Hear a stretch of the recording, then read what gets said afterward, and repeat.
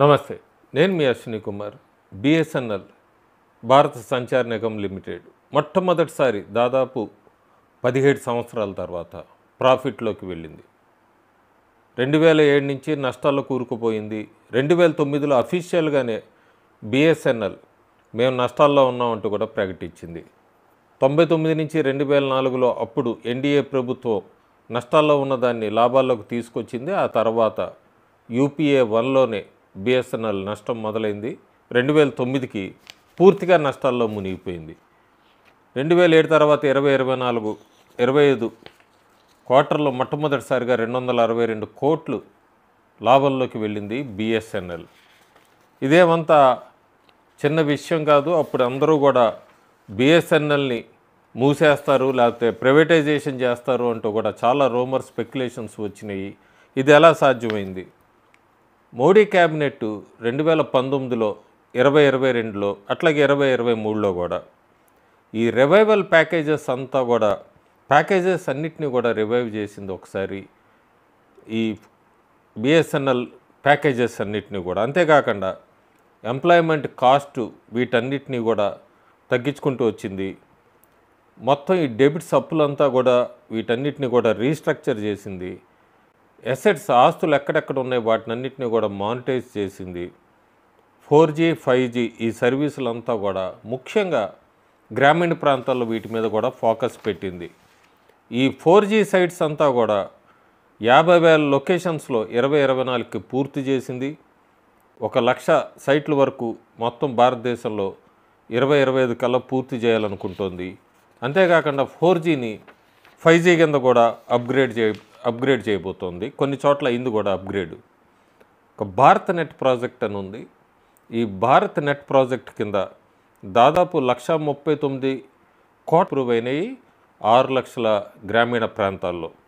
ఈ భారత broadband network limited, దీన్ని BBNL అంటాము.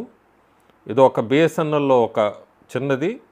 ఇది విలేజ్ లెవెల్ ఎంటర్ప్రెనర్ VLE వాళ్ళతో మొత్తం ఈ రెండు కనెక్ట్ అయ్యి బిఎస్ఎన్ఎల్ మొత్తం కూడా గ్రామీణ ప్రాంతాల్లో ఎక్స్పాండ్ చేయగలిగింది కేంద్ర ప్రభుత్వం. బోర్డర్ లాంటి రాష్ట్రాలు లేకపోతే ఐసోలేటెడ్గా ఉన్న ఐలాండ్స్, ఉదాహరణకి లక్షద్వీప్ దగ్గర నుంచి ఈ బాగా left wing extremism, naxalism, Maoism ఉన్న 10 రాష్ట్రాల్లో మారుమూల ప్రాంతాల్లో కూడా రిమోట్ రీజియన్స్ అంటాం, అక్కడ కూడా ప్రతి ఒక్కరికి ఈ బిఎస్ఎన్ఎల్ అందేటి చేసింది. కనెక్షన్స్ అన్నీ కూడా ఆ మారుమూల గ్రామీణ ప్రాంతాల్లో కూడా వెళ్ళేట్టుగా చేసింది కేంద్ర ప్రభుత్వం ఈ బిఎస్ఎన్ఎల్ దీన్ని. సో అంతేకాకుండా ఓవరాల్ ఎక్స్పెండిచర్ అంతా కూడా కట్ చేసుకుంటూ వచ్చింది బిఎస్ఎన్ఎల్కి సంబంధించి. దానివల్ల ఒక్క సంవత్సరంలోనే 1,800 కోట్లు నష్టాన్ని డిక్లైన్ చూపించగలిగింది ఒక సంవత్సరంలో. బిఎస్ఎన్ఎల్ భారతదేశం మొత్తం కూడా వైఫై రోమింగ్ అనేది ఒకటి తీసుకొచ్చింది. BITV అంటే ఫ్రీ ఎంటర్టైన్మెంట్, ఉచితంగానే ఎంటర్టైన్మెంట్ మొబైల్ కస్టమర్స్కి తీసుకురాగలిగింది. FTTH ఫైబర్ టు హోమ్ అనేది అదొకటి కస్టమర్స్కి అందుబాటులో తీసుకొచ్చింది. అంతేకాకుండా ఈ మైనింగ్కి సంబంధించి ఫస్ట్ టైం కనెక్టివిటీ ప్రైవేట్గా మైనింగ్ వాళ్ళకి ఇచ్చింది బిఎస్ఎన్ఎల్.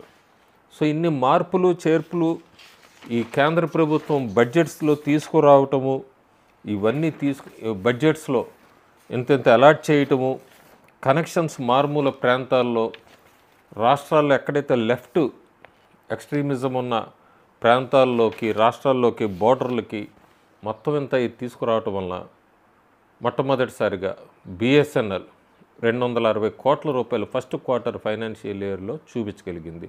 ఇది అఫీషియల్గా కేంద్ర మంత్రి కిషన్ రెడ్డి కూడా దీనికి సంబంధించిన వివరాలని అంతా శుక్రవారం నాడు వెల్లడించారు. అంతకుముందు బిఎస్ఎన్ఎల్ అమ్మేస్తున్నారు లేదా ప్రైవేట్ పరం అవుతుంది, ఈ రకమైన స్పెక్యులేషన్స్కి బిఎస్ఎన్ఎల్ లాభాల బాట పట్టింది. సో ఇంకా స్పెక్యులేషన్స్కి మనం ఫుల్ స్టాప్ పెట్టచ్చు. Thank you.